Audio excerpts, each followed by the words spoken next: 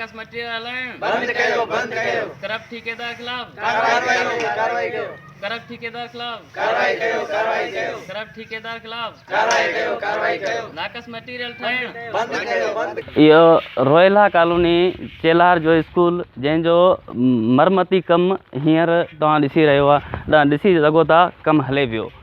इन में असांजो रोहिला कॉलोनी जे मतिलबु जेके रहवासी आहे उन्हनि सभिनी जो हिकिड़ो ई चवणु आहे त तव्हां ॾिसी सघो था हिन कम में जेको रॉ मटीरियल इस्तेमालु थियो आहे, पहिरें नंबर ते जेको सिरां इन मां निकितियूं उहे साॻियो ई यूज़ थियनि पियूं।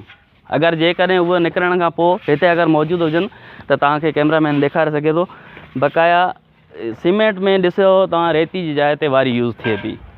साफ़ु ॾिसी सघो था त चौका जेके हुआ उहो साॻियो ई वरी दुबारा यूज़ कया विया आहिनि।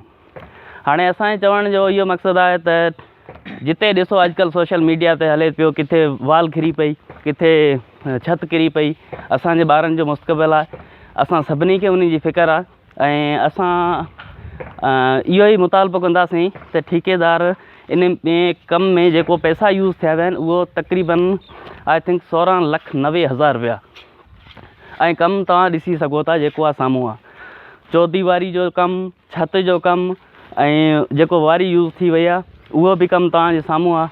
हाणे असां सभिनी जो इहो मुतालबो आहे त इन खे कम खे थोरो सवले तरीक़े सां इंतिज़ामिया ॾिसे जीअं असांजे ॿारनि जो जेको आहे मुस्तक़बिल बची सघे। महिरबानी। रोहिला कॉलोनी जो जेको इहो स्कूल में कमु हले पियो, जेका बिल्कुलु ई 2 नंबर हिन में कमु हले पियो, हिन में जेका सो जिते क्रिश रेती वग़ैरह हलणु खपे उते बिल्कुलु ई जेका थरवारी वारी हलाई पई ऐं उनखां अलावा जेको सिरूं हुयूं उहो बि हिननि जेको पुराणियूं सिरूं उहो हुन साॻी दीवार में हणी छॾियो आहिनि। इहो तक़रीबन 16,90,000 लॻभॻि 17 लख जो जेको इहो ठेको हो जेको हिननि बिल्कुलु ई क्रिप्ट करे छॾियो आहे। 2 नंबर कमु हले पियो ऐं जेका चौका हुआ हिन में छित में जेको इहो पुराणा अॻे यूज़ कया आहिनि ऐं ॿियो बिल्कुलु जेका बि हिते कमु हले पियो इहो बिल्कुलु 2 नंबर हले पियो। हिन स्कूल तक़रीबन 60 खां 70 साल पुराणी स्कूल आहे। हिते तक़रीबन 100 खां मथे ॿार आहिनि जेके स्कूल में अचनि था।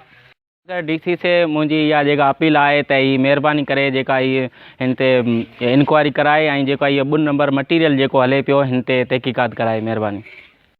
बंद कयो नाकस मटीरियल हलाइण बंद कयो करप्ट ठेकेदार खिलाफ कार्रवाई कयो करप्ट ठेकेदार खिलाफ कार्रवाई कयो करप्ट ठेकेदार खिलाफ कार्रवाई कयो नाकस मटीरियल ठाहिण बंद कयो